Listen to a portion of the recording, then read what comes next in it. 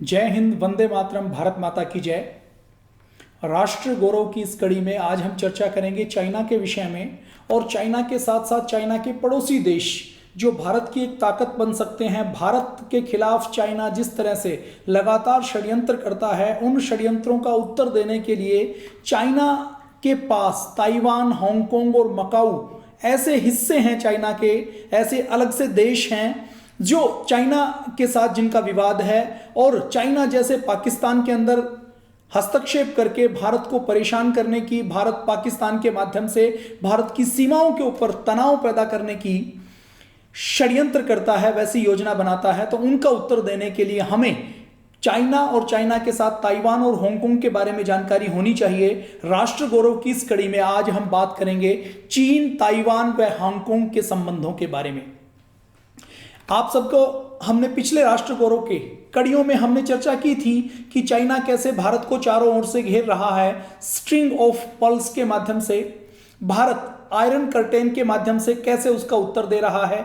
China ने किस प्रकार से भारत के चारों ओर अफगानिस्तान, तिब्बत के साथ साथ नेपाल, अरुणाचल प्रदेश, भूटान, बर्मा, बांग्लादेश, नीचे श्रीलंका, मालदीव, फिर ग्वादर का पोर्ट, इन चारों ओर से चाइना की एक सोची समझी रणनीति है कि भारत को चारों ओर से घेरना है, और घेर कर भारत के ऊपर दबाव बनाकर पहले एशिया की महाशक्ति के रूप में और उसके बाद वर्ल्ड पावर चाइना बनना चाहता है। इस उद्देश्य को लेकर चाइना के साथ आज चाइना के पड़ोसी 14 ऐसे देश हैं जिनके साथ चाइना की सीमाएं लगती हैं। उन सब के साथ चीन का विवाद है। 6 से लेकर 8 ऐसे पड़ोसी देश हैं जहां के समुद्र की सीमाएं चीन के पास लगती हैं। उन देशों के साथ भी चीन का भूमि का, सीमाओं का विवाद है।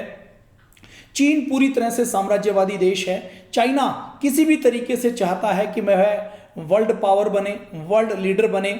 उसके लिए वह दूसरे देशों को कर्ज के जाल में फंसा रहा है। उसकी हमने चर्चा की थी। वन बेल्ट वन रोड के नाम से पूरी एक परियोजना ला रहा है, और एशिया के दूसरे छोटे छोटे देशों को प्रभावित करके वह चाइना षड्यंत्र कर रहा है कि भारत एशिया के अंदर ऐसा बड़ा देश है जो चाइना को टक्कर दे सकता है। तो भारत को कमजोर करने का षड्यंत्र लगातार चाइना करता है। तो आज हम बात करेंगे चाइना को हम कैसे उत्तर दे सकते हैं। चाइना के खिलाफ अभी तात्कालिक हमारी भारत की सरकार ने एक निर्णय लेते हुए ताइवान के अंदर कुछ मुख्य रूप से हस्तक्षेप किया है। उसकी आज हम छोटी सी बातचीत करेंगे।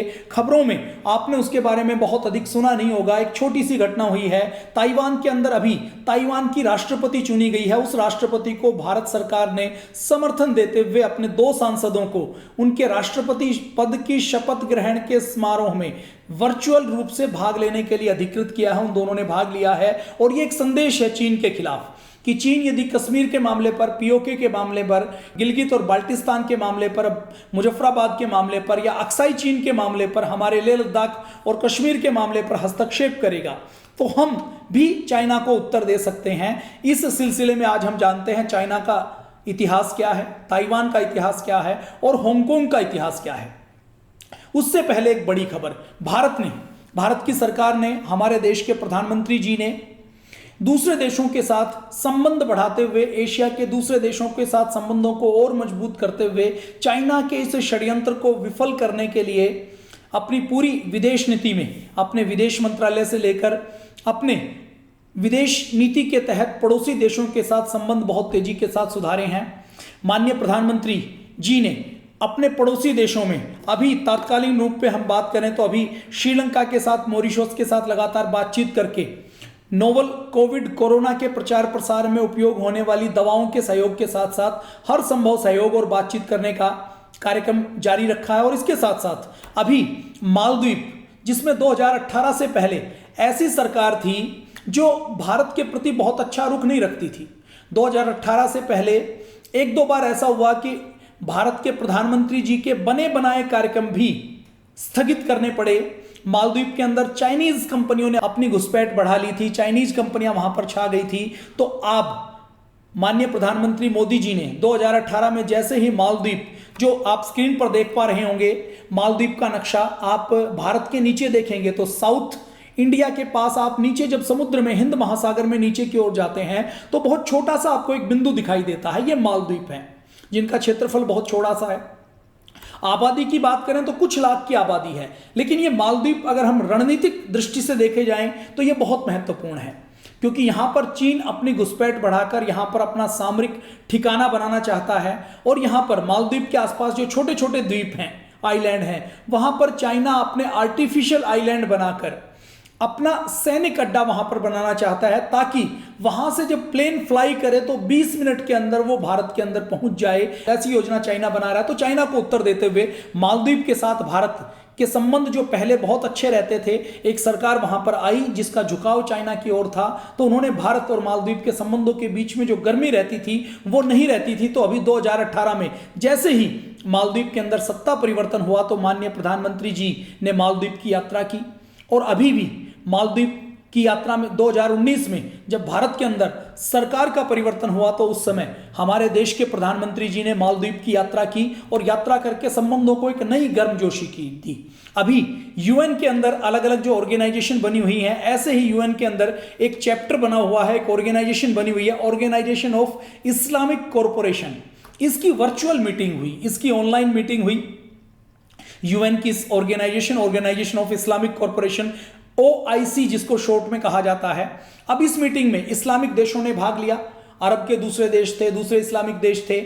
तो उन देशों में पाकिस्तान जैसा हर बार मुद्दा उठाता है। देखिए, पाकिस्तान कोई भी इंटरनेशनल मंच हो तो उस इंटरनेशनल मंच पर और तो और नोवल कोविड कोरोना की बातचीत जहां पर हो रही है, महामारी से लड़ने की बातचीत हो रही है, उस G20 की बैठक में भी सारी बैठकों के अंदर पाकिस्तान की कोशिश क्या होती है, वो किसी भी तरीके से कश्मीर का मुद्दा उठाता है और कश्मीर का मुद्दा उठाकर अपने देश के लोगों को गुमराह करते हुए, ताकि उनका ध्यान विकास के मुद्दों से हट जाए, और कश्मीर का मुद्दा उठाकर वो अपने देश के लोगों को चुप करवाकर इंटरनेशनल लेवल के ऊपर भारत को बदनाम करने का षड्यंत्र रचता रहता है।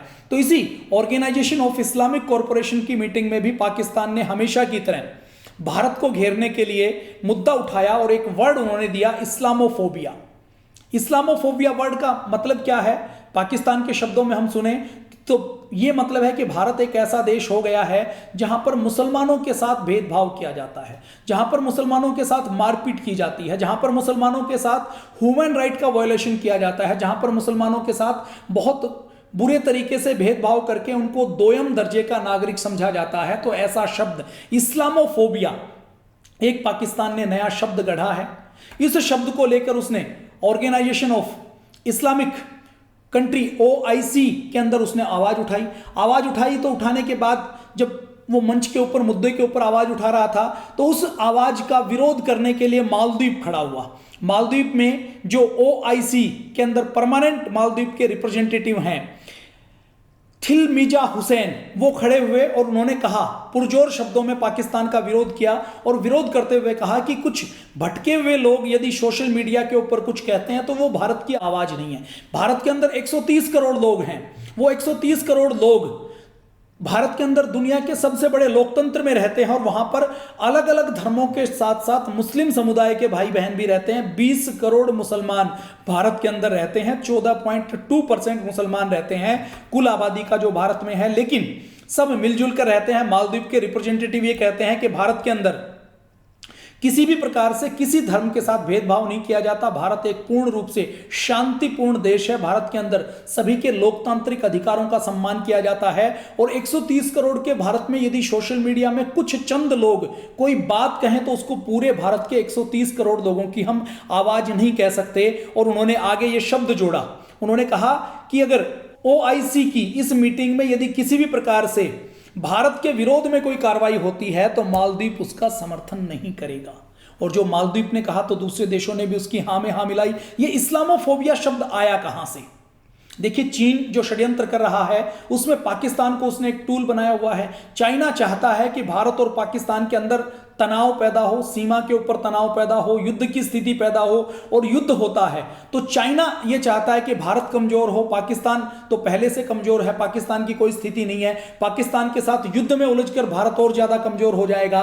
तो चाइना की डिप्लोमेसी क्या है कि भारत को पाकिस्तान के साथ उलझाकर रखा जाए। चाइना कभी भारत के साथ युद्ध नहीं करना चाहता, क्योंकि चाइना को पता है कि भारत 1962 का भारत नहीं रहा है। भारत के अंदर आज भारत की ताकत, भारत के लोगों की जागरूकता, भारत की शक्ति, भारत की सेना वो 1962 की सेना नहीं है।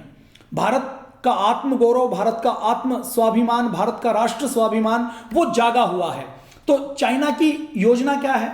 गिलगित बाल्टिस्तान, बलूचिस्तान, पाकिस्तान के आतंकवाद को समर्थन देकर किसी भी तरीके से भारत और पाकिस्तान को आपस में लड़ाया जाए। यूएन के अंदर, मैं सिक्योरिटी काउंसिल की बात आपके सामने रखना चाहूंगा, यूएन की सिक्योरिटी काउंसिल में जब भी भारत बात करता है कि हाफिज सईद को, मसूद अजहर को या लखवी को, इन सब को भारत को सौंपा जाना चाहिए, क्योंकि इन्होंने मुंबई में बम हमले करवाए हैं, इन्होंने प्लेन हाईजैकिंग का काम किया है, तो हर बार इनको जब इंटरनेशनल टेररिस्ट घोषित करने की बात आती है तो सबसे पहले वीटो करने का काम चाइना करता है।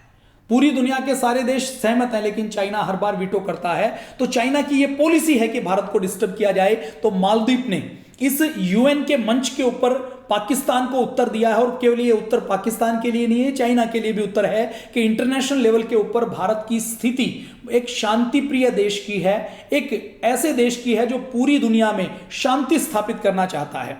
अब आगे हम बातचीत करें तो ये इस्लामोफोबिया शब्द आया कहां से? मैं आपको थोड़ा सा और पहले ले जाना चाहूंगा। थोड़े दिन पहले अरब के किसी एक देश या कुछ देशों की ओर से आवाज उठाई, कतर की ओर से, ओमान की ओर से, वहां पर एक अरब के देश की राजकुमारी प्रिंसेस के फर्जी अकाउंट से ट्वीट किया गया कि भारत के अंदर मुस्लिम भाइयों के साथ अत्याचार किया जाता है, गलत किया जाता है। यदि भारत के अंदर मुसलमानों के साथ अत्याचार किया जाएगा तो अरब देशों के अंदर भी भारतीय लोगों को दिक्कत आएगी, उनको काम नहीं करने दिया जाएगा। उससे भारत और अरब के संबंधों को, अरब अरेबियन कंट्रीज के संबंधों के ऊपर फर्क पड़ेगा। अब ये ट्वीट किया गया। अब ये जो एक अरब देश की प्रिंसेस के नाम से जो ट्वीट किया गया, इस ट्वीट को रीट्वीट करने का काम किसने किया? पाकिस्तान के विदेश मंत्री ने। और उसके बाद इस ट्वीट को मुद्दा बनाने का काम किसने किया? ट्विटर के ऊपर ट्रेंड चलाने का काम किया। उस ट्रेंड में यह बताया गया कि भारत के 80 लाख लोग जो अरब देशों के अंदर काम करते हैं, सेवा देते हैं, वो 80 लाख लोगों को अरब देशों से अब निकाल दिया जाएगा, क्योंकि भारत के अंदर सांप्रदायिक सौहार्द नहीं बचा हुआ। भारत के अंदर मत, पंथ और मजहब के आधार पर भेदभाव किया जाता है। यह षड्यंत्र किया गया। भारत के अंदर भी, जिसको परम पूज्य स्वामी जी महाराज, और हम यदि कहें तो जो टुकड़े टुकड़े गैंग है, जो असुर गैंग है, जो भारत के स्वाभिमान की जहां बात आती है, जहां देशभक्ति की बात आती है, जहां राष्ट्र गौरव की, जहां भारत के स्वाभिमान की बात आती है, वो ऐसे मुद्दे उछालते हैं जिससे देश के अंदर आपसी सौहार्द बिगड़े। ऐसे लोग जो भारत को कमजोर करना चाहते हैं, ऐसे लोग भारत के अंदर भी सक्रिय हो गए। उन्होंने भी इसको मुद्दा बनाकर इसके ऊपर आवाज उठानी शुरू की। इसको ट्विटर के ऊपर फर्जी ट्रेंड चलाए गए। तो भारत के विदेश मंत्रालय ने संज्ञान लिया। भारत के विदेश मंत्रालय में हमारे एस जयशंकर जी ने पूरे अरब देशों के, अलग अलग देशों के अंदर बातचीत की, और बातचीत करके उनको बताया गया। उनको बताने के बाद हमारे भारत की सीक्रेट सर्विस की agency research and analysis wing, रा इसके अंदर लगी, आईबी लगी, और उन्होंने ये वेरीफाई किया कि ये जो ट्विटर के ऊपर ट्रेंड चलते हैं, ये ट्वीट कहां से आया, कैसे इसका प्रचार प्रसार किया गया। तो उन्होंने ये पाया कि ये ट्वीट जिस हैंडल से किया गया वो सऊदी अरब के किसी भी देश की प्रिंसेस का हैंडल नहीं था। उस प्रिंसेस ने सामने आकर कहा कि यह फर्जी हैंडल था, और यह फर्जी हैंडल पाकिस्तान की आईएसआई ने, पाकिस्तान की मिलिट्री ने, पाकिस्तान की सरकार ने क्रिएट करवाया। और केवल एक हैंडल क्रिएट नहीं करवाया, ऐसे फर्जी हजारों की संख्या में हैंडल बनाए गए, उनसे फर्जी ट्वीट किए गए, फर्जी फोटोशॉप करके फोटो प्रसारित किए गए, फर्जी वीडियो बनाए गए। उन फर्जी वीडियो में ऐसी लोकेशन लेकर पीओके के अंदर, पाकिस्तान के अंदर ऐसी लोकेशन ली गई जिसको भारत की तरह दिखाया गया, कश्मीर की तरह दिखाया गया। झूठे वीडियो बनाए गए, जैसे फिल्म की शूटिंग होती है वैसे शूटिंग करके वीडियो बनाए गए, और वीडियो बनाकर उन्होंने ऐसे प्रसारित किया गया कि जैसे भारत के अंदर तो किसी एक धर्म विशेष के ऊपर, वर्ग विशेष के ऊपर बहुत गहरे अत्याचार किए जाते हैं। तो इस्लामोफोबिया के नाम से एक नया शब्द गढ़ा गया, और इस शब्द के माध्यम से भारत देश को बदनाम करने का षड्यंत्र रचा गया। अब भारत की सीक्रेट सर्विस की एजेंसियों ने जब इस पूरे मामले की तहकीकात की तो यह पाया कि हजारों की संख्या में, लाखों की संख्या में फर्जी ट्विटर हैंडल बने हुए हैं। ऐसे हैंडल जो अभी जनवरी के बाद फरवरी में, मार्च में रिसेंटली बनाए गए हैं। ऐसे ट्विटर हैंडल जी, पुराने हैंडल जिनके अंदर कुछ हजार फॉलोवर हैं, उनकी लोकेशन चेंज की गई। उनकी लोकेशन जो पहले बांग्लादेश में थी, जो पहले अफगानिस्तान में, पाकिस्तान में, इस्लामाबाद में, कराची में थी, उनकी लोकेशन चेंज करके उनको अरब में किया गया।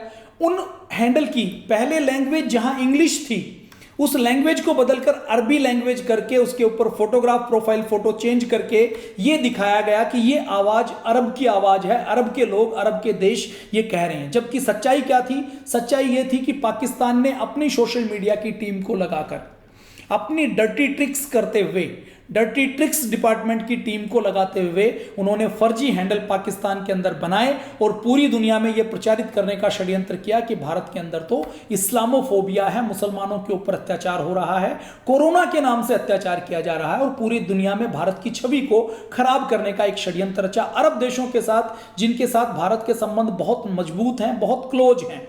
सारे लोग भारत का बहुत आदर करते हैं, सम्मान की दृष्टि से देखते हैं। उन देशों के बीच में ये डालने की कोशिश की गई कि हम पाकिस्तान से जो ट्वीट करेंगे वो फिर अरब से रिट्वीट होंगे, अरब के अंदर भी इसके बारे में कंफ्यूजन होगा, असमंजस की स्थिति होगी, तो भारत के लिए मुश्किल पैदा हो जाएगी। झगड़ा केवल भारत और पाकिस्तान का नहीं रहेगा, भारत वर्सेस सारी मुस्लिम कंट्रीज का हो जाएगा। तो बाद में जब भारत के विदेश मंत्रालय ने पूरे अरब देशों से बात की तो वो चीज स्पष्ट हुई। उसके स्पष्टता होने के बाद जब भारत की सीक्रेट सर्विस की एजेंसियों ने उसको एक्सपोज किया तो ये सारा षड्यंत्र का खुलासा हुआ। पूज्य स्वामी जी महाराज रोज सोशल मीडिया के ऊपर आह्वान करते हैं ना, रोज आह्वान करते हुए पूज्य स्वामी जी महाराज कहते हैं कि हम सबको ट्विटर के ऊपर, फेसबुक के ऊपर सक्रिय होना है, हम सबको सोशल मीडिया का प्रयोग करना है। क्यों करना है? क्योंकि यदि हम सोशल मीडिया के ऊपर सक्रिय नहीं होंगे, हम मजबूत नहीं बनेंगे तो दुश्मन मजबूत हो जाएगा। दुश्मन सोशल मीडिया का प्रयोग देश के लोगों के अंदर वैचारिक वायरस डालने का कर रहा है। कोरोना का वायरस जो आंखों से दिखाई नहीं देता उसका इलाज संभव है, लेकिन ये जो वैचारिक वायरस है जो देश के अंदर अलग अलग जातियों के अंदर तोड़ने का षड्यंत्र है, अलग अलग वर्गों के अंदर, प्रांतों के आधार पर तोड़ने का षड्यंत्र है, ये बहुत खतरनाक है। तो इसके लिए भारत स्वाभिमान की ओर से लगातार आह्वान किया जाता है कि हम सज्जन व्यक्ति मौन ना रहें, हम जो सात्विक व्यक्ति हैं वो लगातार सोशल मीडिया का प्रयोग करें, प्रभावी तरीके से प्रयोग करें और इस देश को मजबूत बनाने में, इस देश को अखंड बनाने में अपना योगदान दें। तो ये षड्यंत्र किया गया। इस षड्यंत्र का उत्तर भारत की सरकार द्वारा दिया गया। ट्विटर के ऊपर, फेसबुक के ऊपर, सोशल मीडिया में जो इस्लामोफोबिया फैलाया गया उसका उत्तर एक तो भारत की सरकार ने दिया, एक्सपोज किया। ऐसे हजारों अकाउंट के स्क्रीनशॉट दिखाए जिसके अंदर मार्च से पहले भाषा और लोकेशन कुछ और थी, मार्च के बाद जिनकी लोकेशन बदली गई। फर्जी अकाउंट के जो ट्विटर हैंडल है उनका आईपी एड्रेस की लोकेशन ट्रेस करके दिखाई गई, जो कराची के अंदर से थी, जो इस्लामाबाद के अंदर से थी, जो पीओके के अंदर थी, जो बांग्लादेश के अंदर थी, जो अफगानिस्तान के अंदर थी। तो ये सारा एक षड्यंत्र का खुलासा भारत के द्वारा किया गया। ऐसे षड्यंत्र लगातार भारत माता के खिलाफ हो रहे हैं और इन षड्यंत्रों में चाइना लगा हुआ है, पाकिस्तान लगा हुआ है। भारत को कमजोर करने की, भारत की तोड़ने की लड़ाई लगातार षड्यंत्र चल रहा है, उसकी लड़ाई हमें लड़नी है। अब यूएन के मंच पर, इंटरनेशनल मंच के ऊपर भारत की छवि को खराब करने के लिए लगातार पाकिस्तान आवाज उठाता है। तो आज भारत के साथ, भारत के मालदीव के साथ संबंध बहुत अच्छे थे, तो मालदीव ने खुलकर खड़े होकर, चाहे वो छोटा देश है लेकिन उसने खुलकर जैसे ही खड़े होकर भारत के पक्ष में आवाज उठाई तो दूसरे अरब देशों ने भी कहा कि हमें भारत की डेमोक्रेसी के अंदर, भारत के लोकतंत्र के अंदर, भारत के शासन और प्रशासन के अंदर पूरा भरोसा है। तो एक षड्यंत्र जो इस्लामोफोबिया के नाम का सोशल मीडिया के माध्यम से भारत की सरकार को, भारत के लोगों को, भारत के स्वाभिमान को तोड़ने और बदनाम करने का किया था, उसका उत्तर भारत की सरकार द्वारा किया गया। अब आगे हम बात करते हैं कि चाइना और क्या षड्यंत्र कर रहा है। गिलगित बाल्टिस्तान की बात हमने की, मुजफ्फराबाद की बात की। चाइना पाकिस्तान के अंदर, गिलगित बाल्टिस्तान के अंदर डैम बनाने का काम कर रहा है। चाइना पाकिस्तान को फंडिंग करने का काम कर रहा है। चाइना पाकिस्तान को आतंकवाद को पोषण देने के लिए हथियार देने का काम कर रहा है। चाइना पाकिस्तान को, ये जो पाकिस्तान जितनी मिसाइल बनाता है गजनी के नाम से, दूसरे नाम से, ये पाकिस्तान के अंदर पाकिस्तान की इन हाउस टेक्नोलॉजी नहीं है, ये सारी पाकिस्तान की चोरी की हुई टेक्नोलॉजी है जो उसको चाइना से मिली है। पाकिस्तान का परमाणु बम पाकिस्तान के वैज्ञानिकों के दम पर नहीं बना, पाकिस्तान की रिसर्च के दम पर नहीं बना। पाकिस्तान का परमाणु बम चाइना के द्वारा और दूसरे देशों के द्वारा चोरी किया हुआ, नीदरलैंड की लैब से, चाइना की लैब से चोरी किया हुआ, चाइना द्वारा उपलब्ध करवाया हुआ है। उधर चाइना, नॉर्थ कोरिया के अंदर जो किम जोंग है, उस किम जोंग को आगे बढ़ाने का, पूरे विश्व में अशांति फैलाने का, पूरे विश्व में थर्ड वर्ल्ड वॉर का खतरा पैदा करने में चाइना की बड़ी भूमिका है। तो अभी चाइना के अड़ोस पड़ोस में और क्या हो रहा है, अभी आप तत्कालीन दृष्टि से देखेंगे तो नई अगर हम बात करें तो चाइना इस कोरोना को फैलाने के बाद देखिए, कोरोना वुहान से फैला, वुहान से कोरोना पूरी दुनिया में फैला, 154 देशों में फैला, 15,000 किलोमीटर दूर वुहान से कोरोना न्यूयॉर्क पहुंच गया, जर्मनी पहुंच गया, जापान पहुंच गया, इटली में पहुंचा, स्पेन में पहुंचा, यूके के अंदर पहुंचा, ईरान के अंदर पहुंचा, भारत के अंदर पहुंचा, भारत के छोटे छोटे गांवों के अंदर पहुंचा। लेकिन यह कोरोना वायरस चाइना के वुहान से बीजिंग और शंघाई नहीं पहुंचा। तो ये क्या षड्यंत्र है, ये पूरी दुनिया के सामने एक्सपोज आज हो चुका है। हम पिछले महीने से इसकी बातचीत कर रहे थे। अब आगे हम बात करें तो चाइना अभी परमाणु बम का परीक्षण कर रहा है। चाइना अभी साउथ चाइना सी के अंदर आर्टिफिशियल आइलैंड बना रहा है। चाइना अभी अपनी मिसाइल को टेस्ट कर रहा है और अभी चाइना ने अपने 2000 किलोमीटर के एक हिस्से को ब्लॉक कर दिया है, 20 दिन के लिए ब्लॉक कर दिया है कि हम वहां पर मिलिट्री एक्सरसाइज करेंगे। चाइना बार बार बयान देता है। ताइवान और चाइना के रिश्तों की बात करें तो ताइवान के ऊपर चाइना का षड्यंत्र है कि किसी भी प्रकार से मैं जबरदस्ती इस कोरोना वायरस के समय जबरदस्ती मैं इसके ऊपर कब्जा जमा लूं।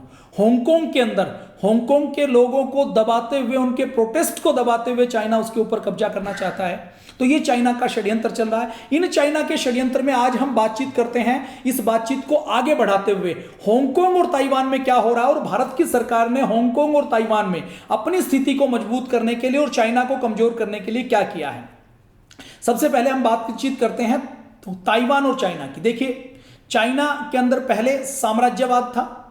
1912 के आसपास चाइना के साम्राज्यवादी राजा को हराकर चाइना के अंदर लोकतंत्र स्थापित करने की कोशिश की गई। कम्युनिस्ट पार्टी और चाइना की राष्ट्रवादी पार्टी सनायत सेन और माओ, इन दोनों ने मिलकर वहां पर काम करना शुरू किया। तो उसके बाद साम्राज्यशाही से, राजा से तो उन्होंने आजादी पा ली, क्रांति की गई। उसके बाद वहां पर राष्ट्रवादी शक्तियों का शासन हो गया। सेकेंड वर्ल्ड वॉर के समय कम्युनिस्ट लोगों को उससे पहले खदेड़कर वहां के राष्ट्रवादी लोगों ने, चांग काई शेक नाम का एक जनरल वहां पर होता था, 1930-40 के दशक की मैं बात कर रहा हूं, उन्होंने इन कम्युनिस्ट लोगों को, जब इन्होंने देखा कि ये चाइना के अंदर डेमोक्रेसी नहीं लाना चाहते, ये चाइना के अंदर शांति नहीं लाना चाहते, तो उन्होंने उन कम्युनिस्ट लोगों को खदेड़ कर शहरों के अंदर खदेड़ कर ढूंढ कर गलियों में उनकी पिटाई की थी, उनको मारा था। वो छुपकर गांवों में छुप गए। चाइनीज राष्ट्रवादी लोगों ने उनको गांवों के अंदर ढूंढा और जब उनको यह लगा कि अब हमारा अस्तित्व तो बचना शेष नहीं है, तो चाइना के अंदर जो अभी आज चाइनीज कम्युनिस्ट पार्टी है उसके लोगों ने एक लॉन्ग मार्च किया और लॉन्ग मार्च करते हुए वो पीछे की ओर छुप गए और लॉन्ग मार्च करते हुए चाइना के उस हिस्से में जहां पर पहाड़ों को, नदियों को, नालों को क्रॉस करते हुए ऐसे जंगलों में जाकर, पहाड़ों में जाकर छुप गए जहां राष्ट्रवादी लोगों की सेना द्वारा उनको ढूंढना संभव नहीं था। तो ये सारा कार्यक्रम किया गया। इन सारे कार्यक्रम के बाद सेकेंड वर्ल्ड वॉर शुरू हो जाता है। सेकेंड वर्ल्ड वॉर जैसे ही शुरू होता है तो सेकेंड वर्ल्ड वॉर शुरू होने के बाद जापान चाइना के ऊपर आक्रमण कर देता है। अब वहां के जो राष्ट्रवादी लोग हैं, चांग काई शेक, वो ये सोचते हैं कि अभी विदेशी आक्रमण है, हमें आपस के अपने मतभेदों को भुलाकर एक साथ मिलकर काम करना चाहिए। तो उन्होंने कम्युनिस्ट लोगों को वापस बुलाया कि अब युद्ध क्या समय है, देश के ऊपर आक्रमण हो रहा है, तो हम दोनों को एक साथ मिलकर लड़ना है। एक साथ मिलकर लड़े। रूस ने साथ दिया। सेकेंड वर्ल्ड वॉर में अमेरिका ने जापान के ऊपर बम गिराया। जापान जो चाइना को लगभग कब्जे में ले चुका था, जापान को पीछे हटना पड़ा, जापान को हारना पड़ा और चाइना के ऊपर, जो आज का चाइना है जिसके ऊपर राष्ट्रवादी लोगों का, चांग काई शेक का कब्जा था, उनको पीछे हटते हुए रूस ने कम्युनिस्ट लोगों का साथ दिया और वहां पर कम्युनिज्म आ गया। 1949 में वहां पर कम्युनिस्ट सरकार की स्थापना की गई। आज के राष्ट्र गौरव की कड़ी में हमने इस्लामोफोबिया की बात की, भारत के अड़ोस पड़ोस के देशों के लोगों के संबंधों की बात की। अब कल के प्रोग्राम में हम बात करेंगे ये जो ताइवान और हांगकांग का संबंध है, इसके बारे में हम बातचीत करेंगे। आज हमने संक्षेप में ताइवान और चाइना के इतिहास के बारे में बातचीत की है। अभी बातचीत अधूरी है। इस बातचीत को पूरी करने के लिए आप कल शाम को 7:30 बजे जरूर देखिए राष्ट्र गौरव की अगली कड़ी, जिसमें आज चाइना हांगकांग के साथ, ताइवान के साथ क्या कर रहा है। हमने पिछली कड़ी में बातचीत की थी कि चाइना ने किस प्रकार से तिब्बत के ऊपर कब्जा किया, चाइना की नीति शुरू से साम्राज्यवादी रही है। 1962 में उसने भारत के ऊपर आक्रमण किया, भारत के 32,000 वर्ग किलोमीटर स्विट्जरलैंड के बराबर के हिस्से के ऊपर जबरदस्ती कब्जा कर लिया। तो कल की कड़ी में हम चाइना, ताइवान और हांगकांग के बारे में और आगे बातचीत करेंगे, जो आज का पार्ट रह गया है। आप इस कार्यक्रम को इसी प्रकार से देखते रहिए। YouTube के ऊपर भारत स्वाभिमान के चैनल के ऊपर आप इस कार्यक्रम को देख सकते हैं। आस्था की ऐप यदि आपने डाउनलोड नहीं किया तो डाउनलोड कर लीजिए। टाटा और एयरटेल के ऊपर आप इस कार्यक्रम को, वैदिक चैनल को सब्सक्राइब कर लीजिए। आप घर बैठे परम पूज्य स्वामी जी महाराज, श्रद्धेय आचार्य जी, हमारे पूज्य गुरुदेव पूज्य आचार्य प्रद्युमन जी महाराज, पूज्य साध्वी दीदी देवप्रिया जी, परम आदरणीय भाई डॉक्टर जयदीप आर्य जी से लेकर हमारे यहाँ संस्थान में वेद, दर्शन, उपनिषद की सारे ज्ञान की परंपरा को आप घर बैठे प्राप्त कर सकते हैं। तो आज ही अपने घर में वैदिक चैनल देखना शुरू कीजिए। जय हिंद, वंदे मातरम, भारत माता की जय। कल फिर मिलते हैं।